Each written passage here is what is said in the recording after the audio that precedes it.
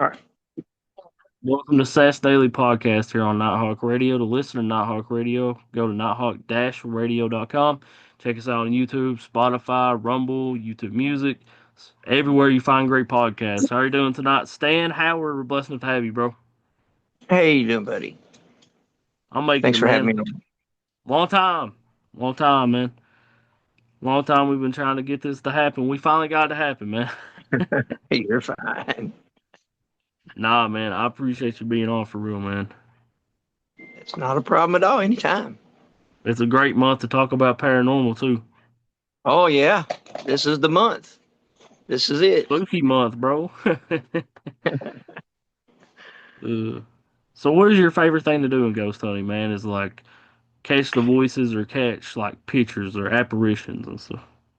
Over the years it's changed, and it's because of technology. It's changed. It's first you start off with getting EMF detectors and what we call electronic dowsing, and then you go on to getting the recorders and stuff like that, and capturing EVPs, which it gets exciting because they'll start answering back. Then you go into what I call ITC, instrumental transcommunication, which are your ghost boxes and stuff like that. That's pretty much what's going on now. Apps are kind of coming into the play in the picture. There's different apps. As long as your phone has the magnetometer, you're good. About 80% of the phones have the magnetometer. Unfortunately, 20%, some of your cheaper phones don't have those. So they're just kind of usually at that point you just download a recorder and on your phone and use an app for EVP. So you can still use, you can still capture stuff like that, but as collective evidence. But definitely ITC is my favorite, along with EVPs. But I haven't done a whole lot of EVP work here lately because I'm really stuck into trying to push forward into the ITC field. So I'm testing a lot of ghost boxes out, your SB7s, 7Ts, your Ghost Box Pros, the SB11s, the Paranormic Spirit Box, the S boxes, just to name a few. There's a bunch of them floating around out there. They all pretty much do the same thing. Some are a hair different than others, but that's pretty much my favorite thing. I just go out there and hit the cemeteries and haunted locations, and I have fun with it. I do a lot of TikTok lives, and you can find me on there at past_resurrected. And I just go out there and just, have fun with people. And I use them as my second ears, set of ears and stuff. And they kind of keep me honest. You know what I'm saying? Did you hear that? Did you hear that? It's one of those things. And they'll say, yeah, I heard that. Or no, I didn't hear that. I heard this. But it's a lot of fun out there. TikTok is a lot of fun here lately, on social media with this stuff. But Yeah, that that's pretty much what I do. definitely, man. Definitely send me the link to your TikTok and I'll put it in the description on YouTube and Okay. Facebook and everything. Yeah, Definitely, man. sounds great. Absolutely, bro. I'll definitely give you a follow for sure. And I've actually seen something that you've created that is like the coolest thing I've ever seen, bro. It is like the ghost phone, pretty much. Is that what you call it? I call it the Oh, the ghost phone. Arby. That's pretty much what it Yeah. looks like.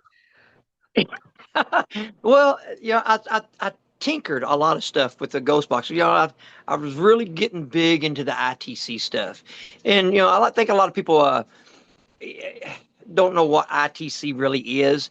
It's like say it's instrumental transcommunication. You're using an instrument to communicate with spirits, ghosts, entities, whatever you want to call them. Sometimes maybe something demonic may even pop in. Who the hell knows? I haven't got anything like that, but I'm sure somebody eventually will. They start dabbling into it, but it's just a source of communication. So you can use cell phones, apps. That's ITC. You can use ghost boxes. That's ITC, and even believe it or not, a regular recorder.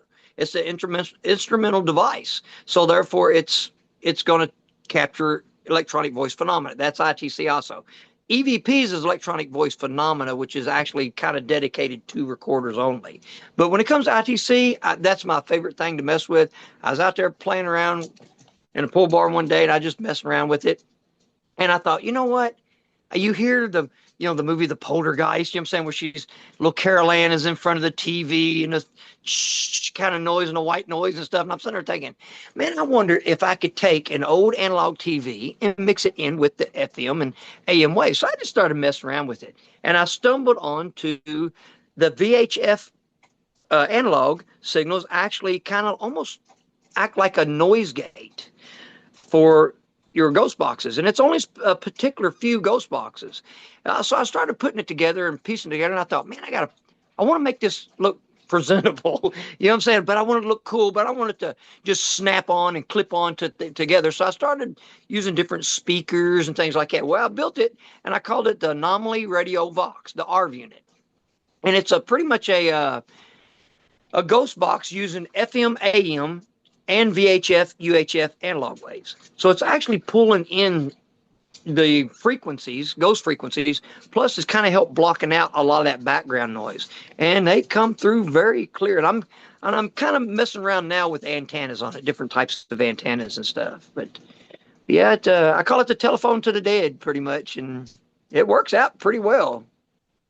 That's really cool, man. You was telling me about a conversation you was having with the doctor a few months ago, right? Or a few weeks Yes, ago. that was a 12587 model ghost box. Yep, I took it out, and I got a little buddy up here, my beagle, if y'all can see her. Oh, that's our co-host, Her bro. name's Annabelle, believe it or not, from the dog. But I actually took the 12587 model out, and actually there was a doctor that is buried there. Oh, she's gonna give me a kiss now. But there's a doctor buried out there in the cemetery. They used to go do house calls and round calls and stuff like that. Well, I asked, I said, is there anybody out here like communicate? And individual come across, and I said, well, okay, presented himself as a doctor, and I said, well, how much do you charge? I first asked how many patients you said, and he said 8. I said, well, how much do you charge? And he goes, $30. I know, almost a full-blown conversation here. And so I said, if they need surgery, how much you charge them for surgery? He said, $50. I said, well, do you give anybody a break on this stuff? Sometimes it gets expensive. I just try to talk to him like a normal person. And he goes, family. I said, well, how much you charge family? He goes, $20. I mean, it kept going back and forth. So I keep getting this guy at the same cemetery. He'll pop through every now and then, and he'll present himself as a doctor. And I asked him, I said, you still charge $30? And he goes, yep. I mean, it's kind of neat, but he's hanging out there. I don't know if he's just still concerned that he needs to do and needs to help people, maybe. So, I mean, sometimes they just hang around. That's what they did their whole life. Why he doesn't cross over, I don't know. I mean, I'm still trying to get to the bottom of that. But it's like an investigation. You're trying to see what's happening, why they don't cross over, and then I think that people, when it comes to research, paranormal research, a lot of people just go in, they get evidence, collect the evidence, and say yes, this place is haunted, but then they leave it. They just leave it alone. I like to think, well, maybe I can help them cross over. So I try to, after my lives, I do talk to them and say, look, maybe you can find the light, and your loved ones are on the other side, your parents, your brothers and sisters, your family, your kids, your favorite pet, everybody's waiting for you to cross over through the light into the other side. And I'm hoping at that time, maybe I'll go back and one day I'll turn on the ghost boxes and Doc won't be there no more. Maybe we talked and maybe he just finally crossed over and found peace. That's kind of way I do my investigations and stuff. I mean, that's a very intelligent response too. Like you was having a full-on conversation with this guy. Yeah. And everybody on TikTok heard it. Everybody was like, wow, that's wild. But these ghost boxes and stuff like that, I talk to spirits like they're like me and you are sitting here talking and have a conversation. I talk to them as a friend, trying to be helpful. I try not to be disrespectful by no means. And and during their time periods, you've got to understand too, certain things we do that people overlook may be disrespectful to them. So I try to watch my boundaries, what I'm saying, when it comes to disrespect, I try not to cross that line. So I try to be very respectful. I try to say, sir or ma'am, or, what I'm saying, I thank you for your service if they're a soldier, or what I'm saying, or tell them, thank you for your hard work as a farmer. I mean, things like that. I try to be very respectful in those sense. You've had conversation with soldiers? Yes. I've actually had them tell me, one told me what battleship they were on. And it was Iowa, Battleship Iowa, and they actually were on the Battleship Iowa. It was kind of cool. But I mean, there's the Civil War soldiers. I've asked. I said, did you fight in a war? What war did you fight in? It said the Civil War, plain as day. I said, well, were you Confederate or were you Union? It said Confederate. And there was a Confederate makeshift hospital, and the individual didn't give me a name, but I'd say he probably passed away in that place. That's pretty much why it was haunted. But they have a lot of times. They're still fighting that war. They're still. You got to understand too. A lot of these soldiers were young kids. They felt like they probably got cheated out of life somehow. They were 18, 19, 20-year-old kids just marching into battle. They were already scared. Their emotions were, I'm saying, on a highest alert, and they were just nervous. And all of a sudden something happened, and well, they found themselves on the other side, and they think, what, I missed out on life. So they hang out a lot, unfortunately. And I think that's what we run into a lot of times. People that feel like they're just not ready to cross over. They got cheated out of life, or they've done something bad. Feel like what we've taught in our religion and stuff nowadays, and what people tell us, if you do something bad, or you know, kill somebody, I mean, what is it taught? You can't cross over, or something like that. It's taught through our religion, all through thousands of years of this. So they're afraid to sometimes, I think, find that light. It won't appear to them, or they're just nervous, or they're still trying to play back to something to try to make things better, to get rid of that icky emotion that they're trapped in. Something's trapping them, and I think, unfortunately, it's themselves. It's their own emotions that's doing it. I don't think sometimes, and I think it's very rare that something demonic is the case. I think it does happen, but like I said, it's extremely rare. But I think it's their own well-being. You know what I'm saying? Their own emotions they're still stuck. They're just stuck. And it's sad. Yep. That's very cool though, man, that you're having like full conversations with soldiers and stuff. So do you think they're still like fighting the war still? I think that some are literally stuck in an emotional loop. It's a When I go into investigations, especially when I do go to private investigations, first thing I start looking for is am I getting evidence of something residual, or if it's intelligent, if it's something what I call elemental, demonic. I start trying to put them into categories. All right, which elemental and demonic that's a whole different subject, man. I mean, I honestly, as personally, I don't think I've ever run into either one, but I've heard and read of cases, so I keep that open in there. But usually it's intelligent residual, or you know what I'm saying, or something on that line. But when it comes to an actual investigations, most of my investigations, believe it or not, about 80% of them are residual hauntings, playbacks of time. They're stuck in a loop of excitement, or something bad has happened, and it's happened so sudden that they're just stuck. It's like emotional loops that they're stuck. In other words, I think we are seeing a little bit of their playback of time of their life, just a short period of time, maybe a 20, 30 seconds clip of their life if something bad happened. But actually, their souls are probably moved on. I mean, that's not really them. It's just a playback of time. Uh, and you can go back into residual. Uh, like I say, there's so many things when it comes to residual that for an example, cassette tape players and VHS tape players. That brown substance that you see on those tapes, that's ferric oxide. That holds residual playbacks of time.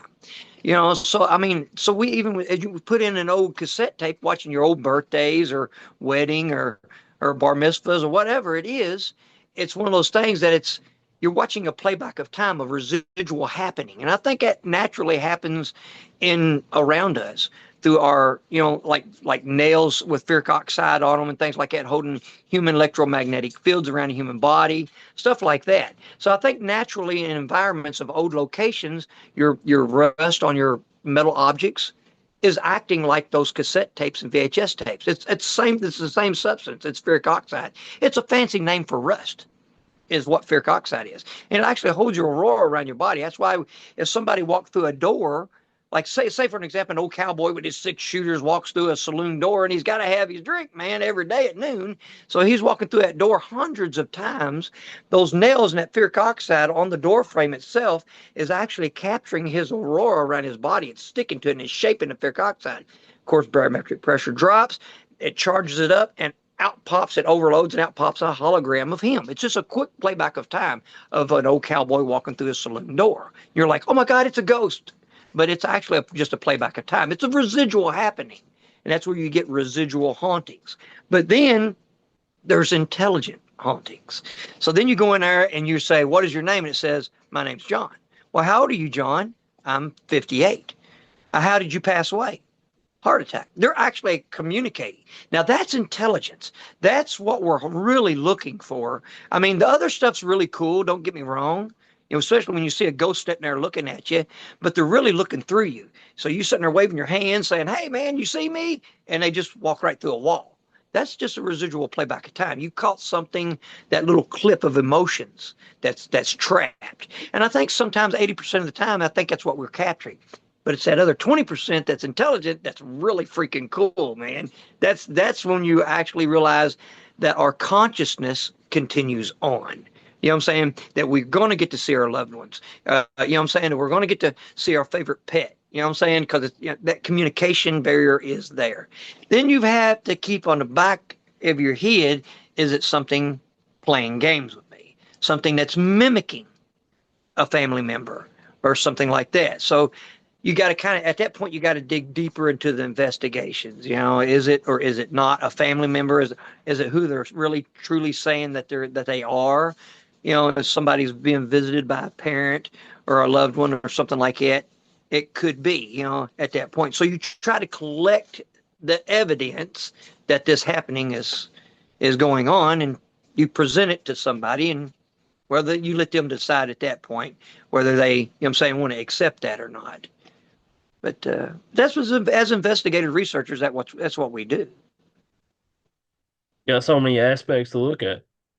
Exactly. There's a ton out there. I don't think people realize how much there is to look at. You know, they watch a lot of, you know, stuff on TV, and it's, you know what I'm saying? And that's cool stuff. Don't get me wrong. That's cool stuff. But, you know, and you can ask people like Joe Clark or Chad McKenzie. They've done this stuff. And, you know, and I know you've had others on here. It's a lot of digging. And you keep going back to these locations. You know, you go back to these locations 50, 60, 70 times constantly going back, and you're wanting to capture the same thing. But if you do capture exactly the same thing over and over, it's a playback of time. But if you get something different each time, you know what I'm saying? You know, at the same location that we caught the little boy peeping around the headstone, at the same location, I asked a lady a few weeks ago, I said, "What did you have a horse? Did anybody out here own a horse?" Lady said, "Yes." I said, "What was your horse's name?" She goes, "Patty Cake."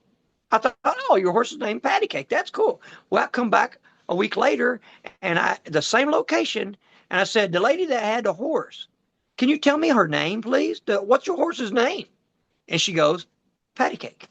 So that's an intelligent response. That's what we're looking for. So she's hanging out there, and she still has mental memories of even what her horse is. So she is intelligently hanging around. Why? I don't know. I'm trying to get to the bottom of that too. But it's a very interesting cemetery. So I'll keep going back to that, and I'll keep hitting it, and I'll try other devices. Now that I know one device works, I'll think, well, maybe I ought to try this device and see if it communicates with them.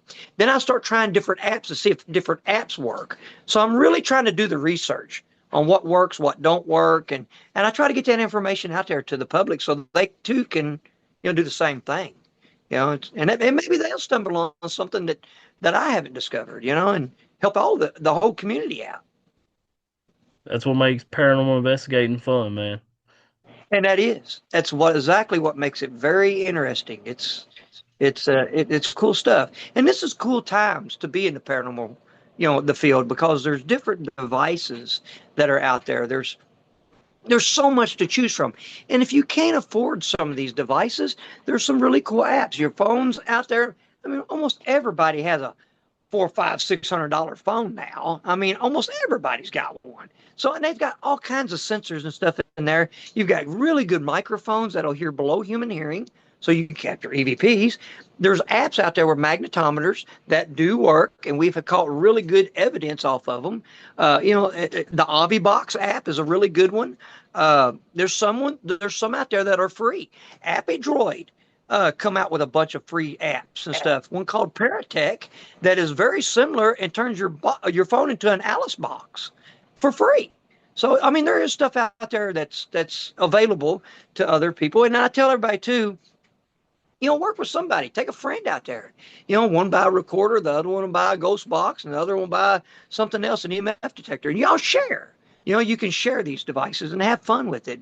And I tell everybody, and I really want. I know I'm on your show here, and I really want to talk about this, okay? Because I've watched other groups and stuff over decades, and one thing I really want to stress too is if you do that and you get your own group together, don't do this whole I'm the case manager and I'm the boss and I'm this and I'm the, just keep it friends, man. Keep it friends, and you'll find out that you share the same common interest in life. You're just trying to see what the question we're all trying to figure out. What happens when we die? What happens when am I going to get to see my mom and dad again?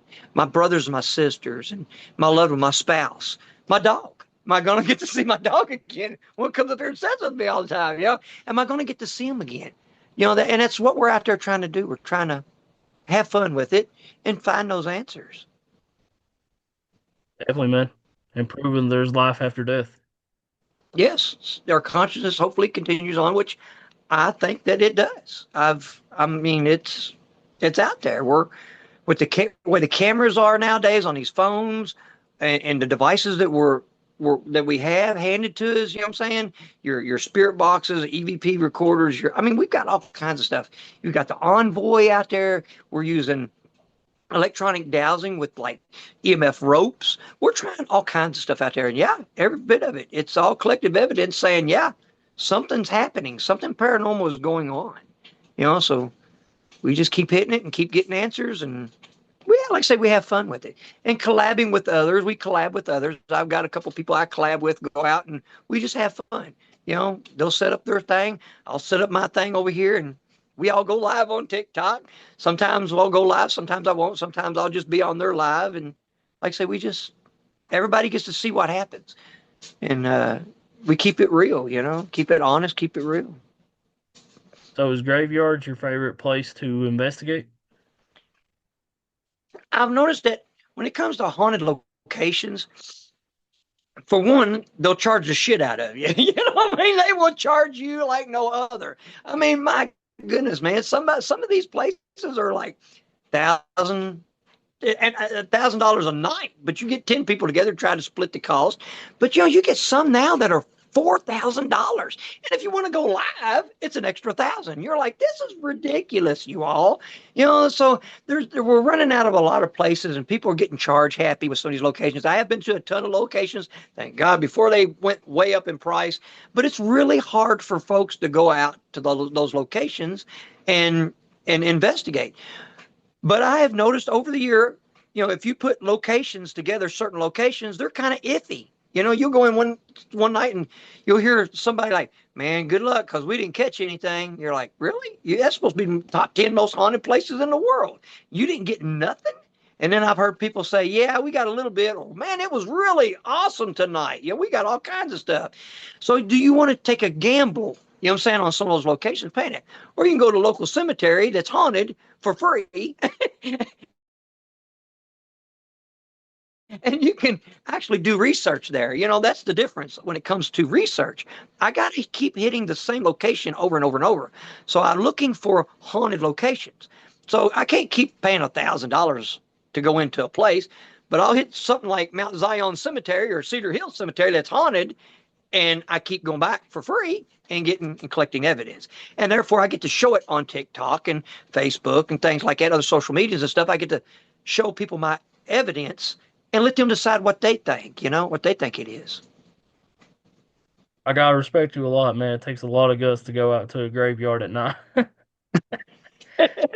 Yeah, I've been tapped on the shoulder. I've been kicked sideways at Bridgewater Cemetery in Scottsburg, Indiana. Something actually grabbed me, kicked me sideways up there, man. There's some crazy stuff out there. And of course, EVPs will say, you'll play back the EVP and they'll go, get out. I say, get out of here. You go away. It's really trying to get you, what I'm saying, get you to go. But I stay and I fight through it. Only time I really kind of jet out of there is when they really start punching and hitting. I just had that happen a couple of weeks ago at a local cemetery, and I had my thermal camera set up. I was running the ghost box, and all of a sudden something went pow right through the window, knocked my thermal camera over in the passenger seat, and hit me in the arm. And I was like, that's it. I gotta go. That's when your time is to. They're already angry, and there's no telling at that point what they can and can't do on energy level wise. But at that point, I've done something to really make them mad. So I just gather up my stuff and just leave and come back another day. I mean, what are you going to do? Swing at a ghost? I mean, You've been back to that location since then? no, I have not. No, I that don't I blame. have not. But I just let it pipe down and calm down a little bit, and I'll go back. You know what I'm saying? I'll go back again and go that route. And but yeah, like I said, when I find a haunted location, I keep going back and hitting it. You know what I'm saying? And try to capture different evidences and stuff. And like I say, I like to present that toward people to see what they think. I like to get other people involved. Especially skeptics. I like skeptics. I love hearing what they have to say. Some of it's comical. No What's the matter what funniest you thing you've show them, heard? sometimes they don't believe. Uh, yeah, you're right, man. What's the funniest thing you've heard from a skeptic? Oh my goodness, that nothing. It's almost like sometimes they're to the point of being atheists that they don't believe in zero, nothing. They believe that you just so no matter what you get, and it's almost like they laugh at you about it.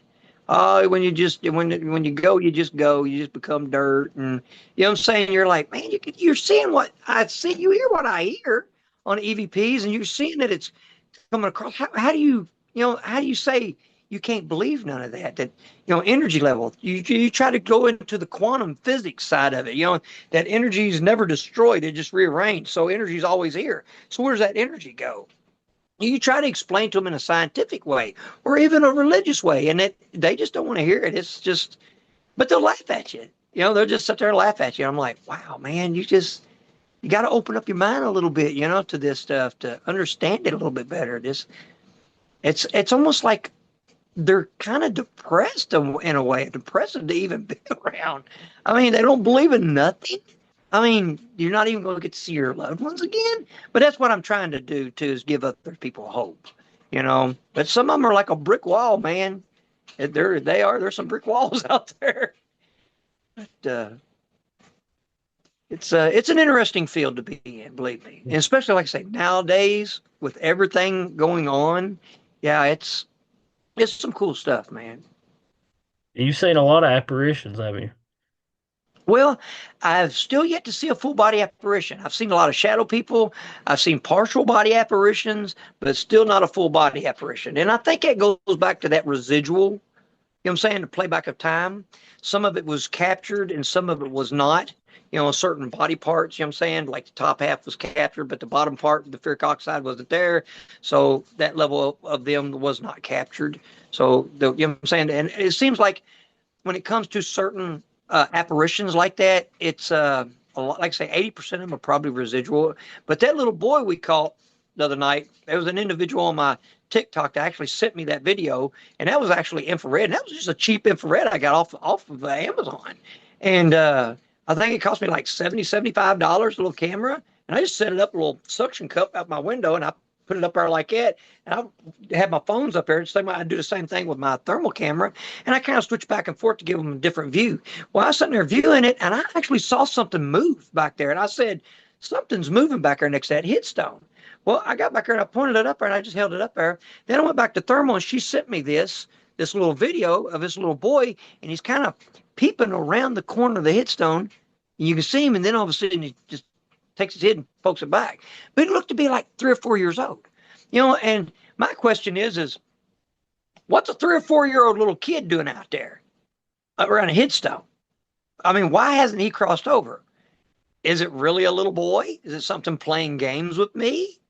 That's where it kind of gets kind of creepy. It's, what do you do, man? Is it something hanging out there? Is that and what they call the elementals that can take different shapes of people and to try to gain your trust?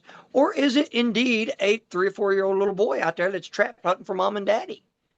I mean, it looked intelligent the way it was peeping around the corner. Why would a child that would not be a residual? Because one, there's no ferric oxide in the area to be a residual haunting of a playback of time. And then why would the little boy be there intelligently peeping around the corner looking at me and then dart back? I mean, that shows an intelligence right there. So what is it? Is it a ghost or is it not? It's so I let people decide. I put that on there and they can decide for themselves. I try not to argue with people on things like that, but like I say, you see what I see, you hear what I hear. Judge yourself and see how what you want to make of it. Definitely. I think it's cool evidence, man. That's definitely paranormal. But there's so many when death occurs and we lose a family member, there's a lot of depression that comes out. You know what I'm saying?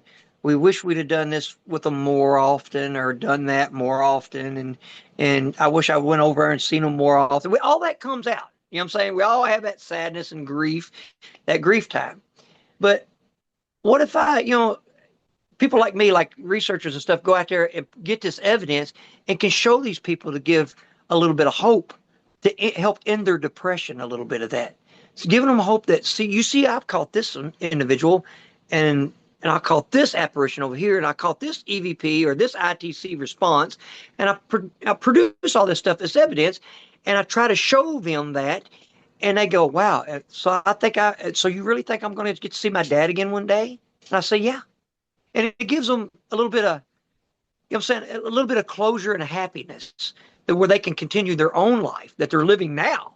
They can continue on to go to work and feel a little bit less depressed, and it gives, like I say, it gives them a little bit more hope in life. Depression sucks, man. Pain and depression, that's the two worst things out there, man. They both suck. If we can take that Yeah, away, man, why not? You know? definitely, man. Definitely. That's what makes go something fun, man. Yeah. And we hang around the same people too that share the same common interest. We're not. I mean, we're all out hunting for the same thing. Yeah, and it's we're going to keep it cool. Everything's cool. I don't care for other groups coming in saying, "Well, I'm better than you," and I don't get in that involved in that stuff. That's like I say. I try to keep all that, keep it friendly. And learn from each other and things. But like I say, I built that ARV unit, man, and I like sharing it out to the world, man. Let other people see what they can come up with. Maybe one day we'll pick up a telephone to the dead, an actual telephone. I mean, who knows, man? Somebody might be an app. It may be some sort of device that attaches to the phone. We don't know. Who the heck would have thought 1,000 years ago that we're sitting here talking right now at the distance we're talking at? You know, maybe in another 1,000 years, somebody will pick up and say, "Hey, Dad." You're like, "Wow, that's my dad. He passed away 20 years ago. That's my dad that I'm talking to." That'd be cool, man. Some people say it'll never happen. It's happening now through ITC and in responses and EVPs. It's already happening in these devices. It's just figuring out how far we can go with those devices. We're still kind of in the what I call the pioneer stage of the paranormal. We're just now starting to tweak different devices to make it work for us, and we can make it happen. But if everybody works together, it can really go faster. Yeah, definitely, man. You've definitely created the closest thing we got to a ghost telephone.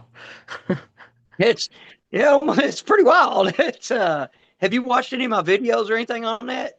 No, It's but I need it's to, man. I need to. it's very clear. I mean, it's very clear. It's none of that what I call radio chatter and clacking. It takes all that out. With the It's just ghost phones, voices yeah. coming through. Yeah. When And you that switch annoys a from lot of people. Yeah, when you switch from FM to AM, yeah, it does annoy me a little bit too. When I was doing Yeah. paranormal investigations, it did. Yeah, yeah, I did ghost But hunting for about 5 years. oh really? Yes, Did sir. you I mean, what did you enjoy in it? Um, I guess just finding out people's stories, man. Really, when you Yeah. get an intelligent response. Yeah. And and it's like I say, everybody will find their their happy spot in the paranormal field. Some people like going out with just strictly recorders. They don't like ghost boxes. Some people, they're all about ghost boxes. Some people That's what I don't was like all nothing about. but apps, you know, and they'll find their groove, in the group, and they'll do their thing, and let them do their thing.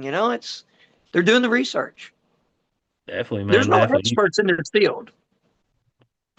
Nah, it's just like the Bigfoot world. There ain't no That's experts it. in that field either. There's There's no big. no experts in ghost hunting, man. Yeah.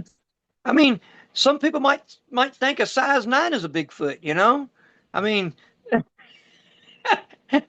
somebody said, "Man, they got a big foot because they're wearing a size 6.5." I mean, so there's no experts in Bigfoot. You're exactly right. So, I mean, we're going out there and we're, you know, finding out new things on it. New infrared cameras, thermal cameras are coming out, more available to us. 20 years ago, man, that stuff was expensive.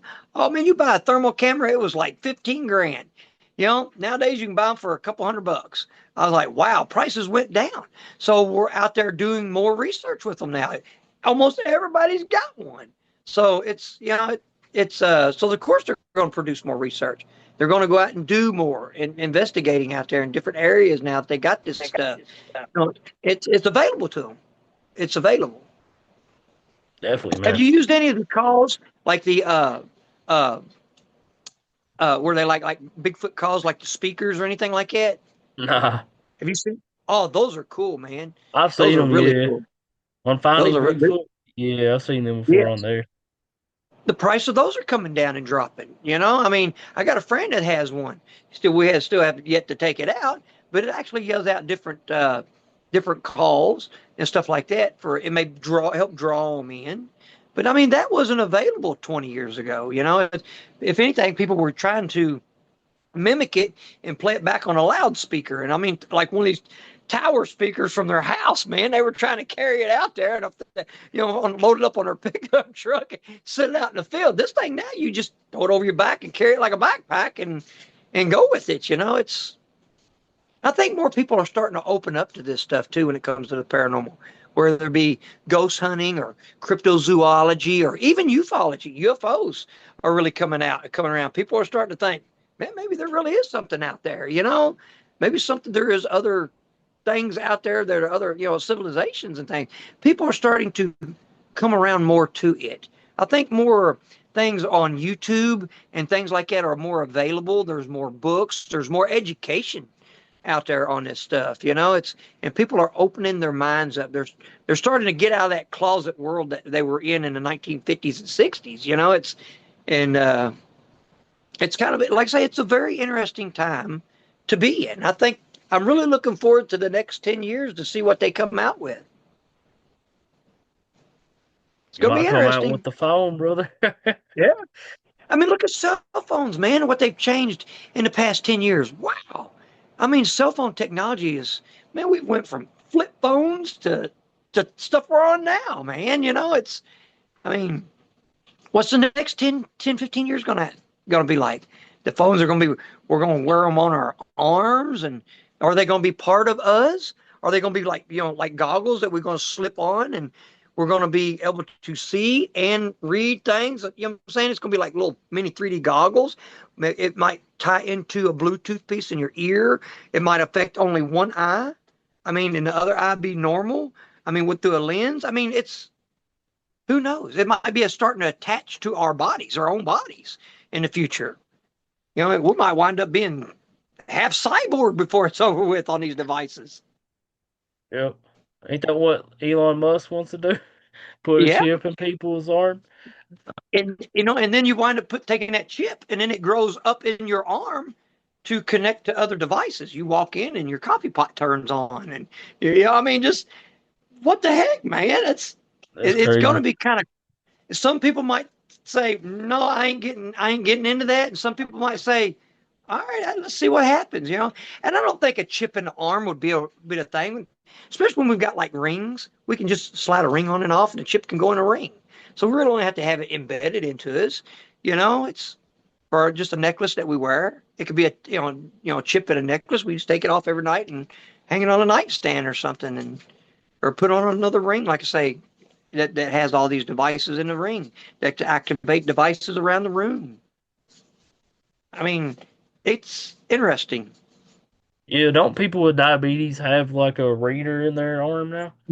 Exactly. There's so much out there, man, in technology now. It really is. It can get very interesting. Uh, there's just a lot of things in the medical field. Like I say, we're using devices that now in ghost hunting that was never meant for us anyway. I mean, radios or AM FM radios were meant to be AM FM radios, but we made them scan fast to, get ITC responses. EMF detectors were used for cell phone radiation.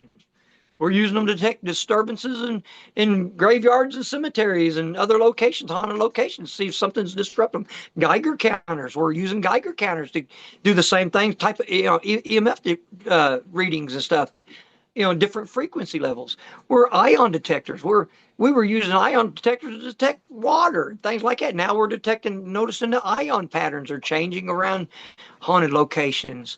Dowsing rods. United States Marine Corps used it for years to hunt water. Now we're using them to hunt ghosts.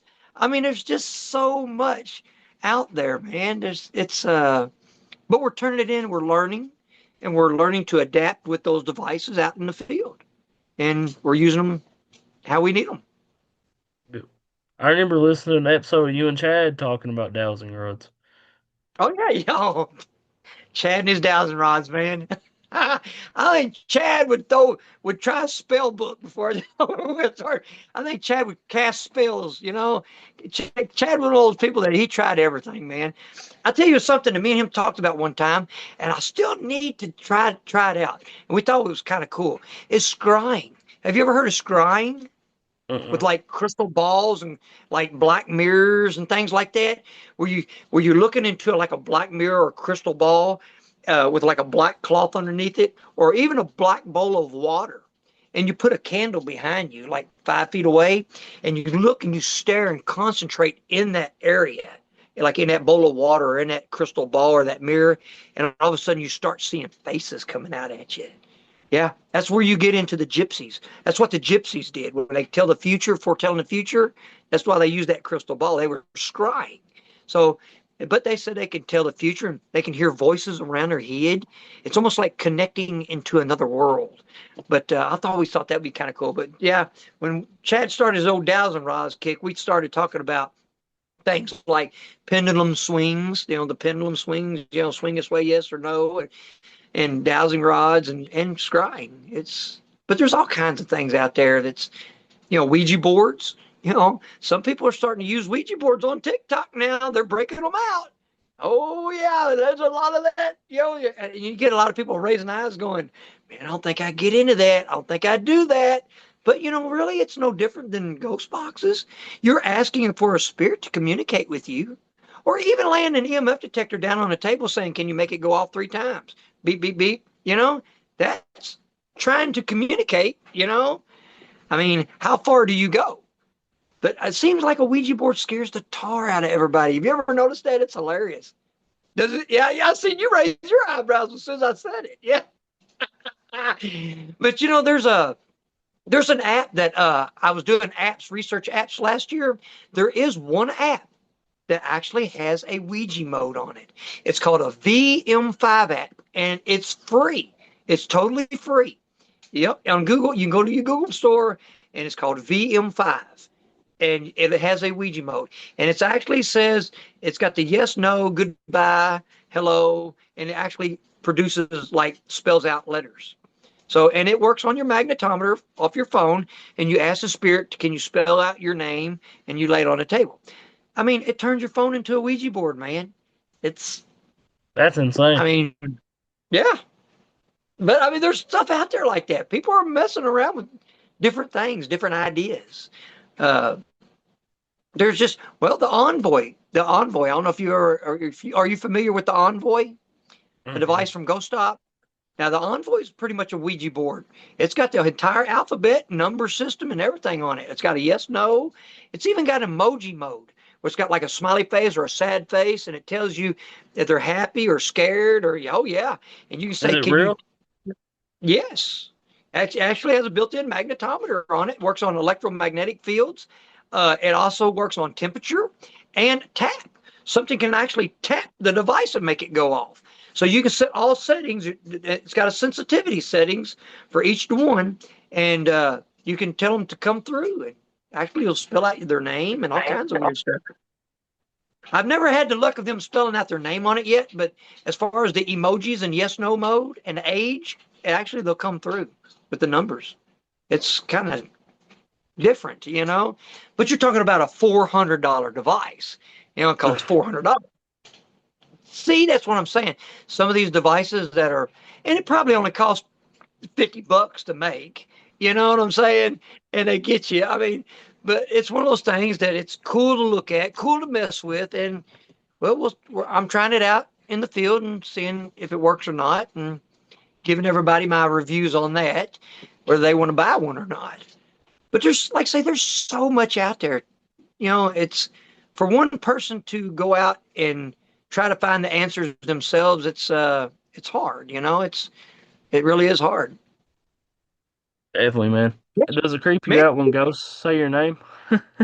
oh yeah, oh yeah. But you need to get back into that, man. Now's the time to get back into it. I'm gonna try to convince you before we get off here. Get back into that. It's cool stuff, man. But yeah, when they start saying your name or your loved one's names around you, you know, your spouse's name or something, you're like, man, did you follow me home? Was you watching? Were you sitting on the couch watching TV with me the other night? You know, it starts kind of getting kind of creepy, man. And I do think that they do follow you home sometimes. And I think it's just out of human curiosity. Remember, they're still human. Okay, they've lived a life. They're curious. If they're hanging around, they're like, man, I wonder what else he's got going on. I'm gonna follow him home. Hell, they might be sitting in the back seat of your car. I mean, actually, they might be sitting on the side of me on the right side. I got a Corvette. I'm sitting there thinking, man, they're like a foot away from my ass. You know, this ain't cool, man. This ain't cool. So it's one of those things that they could be sitting in the back seat, man. So look in your rearview mirror and sift their back every now and then. They might get a glimpse of them. Heck, you never know. It's Halloween time. Got to creep somebody out, you know.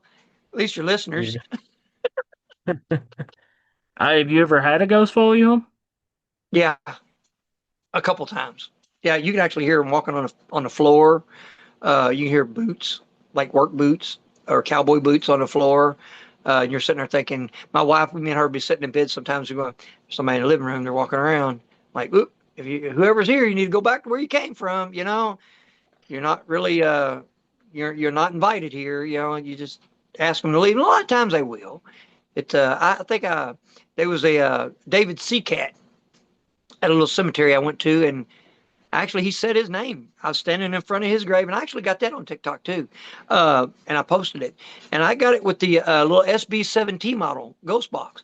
And I said, "Can you tell me your name?" I said, right in front of his grave, 3 feet away, and he goes, "Seacat," plain as day. And I think he followed me home that night. I mean, he was messing around with stuff around the pool barn area and all kinds of stuff out there. I'm thinking, man, this somebody, you just need to kind of move on, you know. I mean, we're here to give other people hope, you know, and try to cross you over, but you're not really invited to follow me home. But I think they're just curious. I'll tell you a crazy one. I think that they can read chats. When you're in chat on TikTok and Facebook, I think they can read chats. They're literally looking over your shoulder. And I'll say, can you read this name I'm pointing at right here?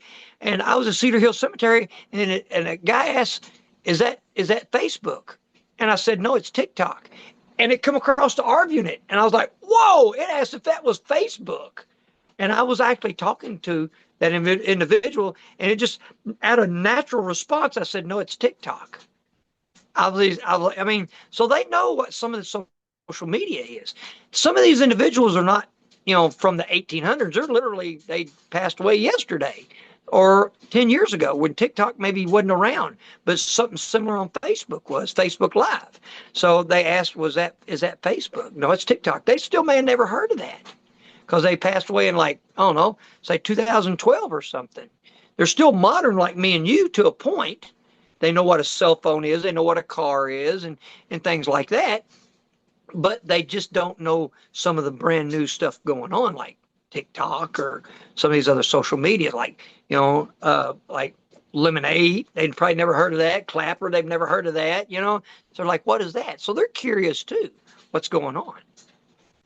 That's cool And though. hell, man, they may want to follow you home and watch the next episodes of the Tulsa King. I mean, who knows, man? I mean, maybe they don't want to miss an episode, man. They want to just sit there and watch the next episode with you, man. Who knows what they do? I mean, it's kind of crazy sounding, but I don't know. Maybe they do.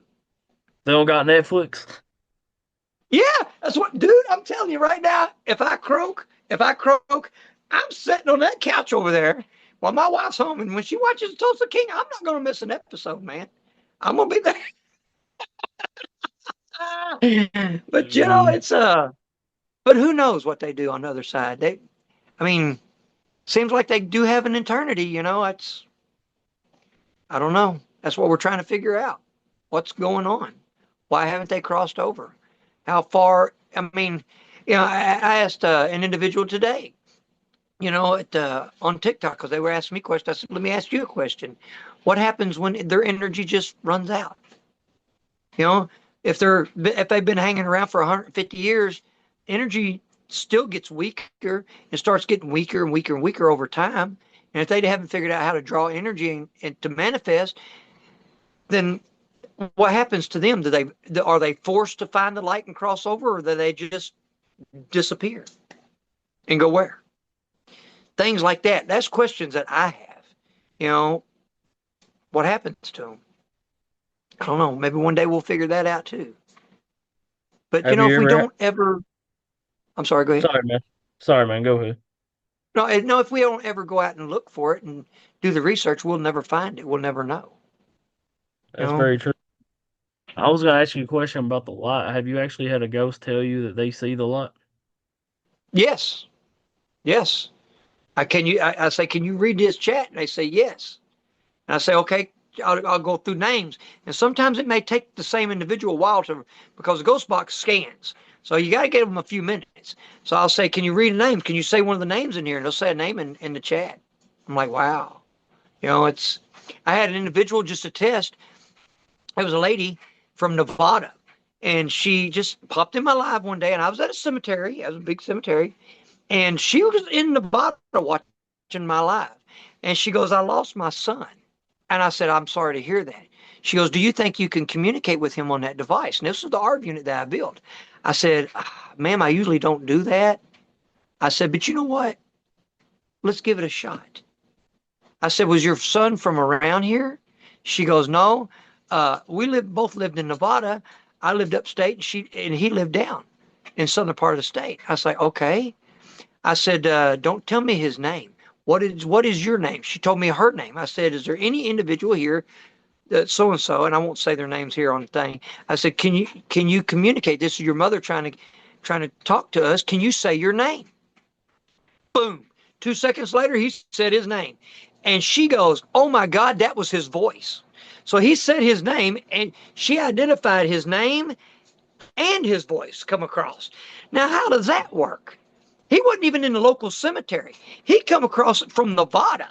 So I think sometimes even when we're communicating through frequencies like me and you here now, I think that they can actually, through some kind of quantum physics level of energy, they can communicate from point A to point B.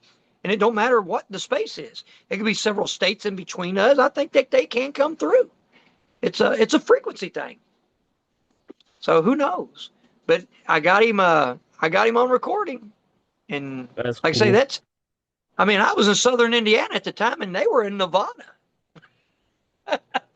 off of a ghost box. And I tell everybody, when you hear your loved one come across a ghost box, one thing I do like about a ghost box over apps is it's in their voice. So, you can hear your mom's voice, saying, hey, son, supper's done. Oh my gosh, that was my mom. You could be around 100 people in a crowd, and you could pick your mom or dad's voice out right out of the blue going, oh, they're over there. My mom's over there, and she called for me. I heard her. So I got to move in that direction. So it's like a signature. It's like a fingerprint. So she identified his voice saying that was his voice, his frequency, and he said his name. So, that's a double whammy, man. That's awesome. That's the cool side of the research. Definitely, man. Well, brother, we're running out of time. I appreciate you, Stan. Ain't no problem at all, buddy. Thanks for having me on. I do appreciate you, man. Thank you, And brother. we'll do it again sometime, man. Who knows? Absolutely, bro. I'll definitely have you on. This was a fun interview. I want to thank paranormal investigator Stan Howard for being on. Everybody check out nighthawk-radio.com. Check out Nighthawk Radio on Facebook, Spotify, Rumble, YouTube Music, everywhere you find good podcasts, man. Everybody have a good night and God bless.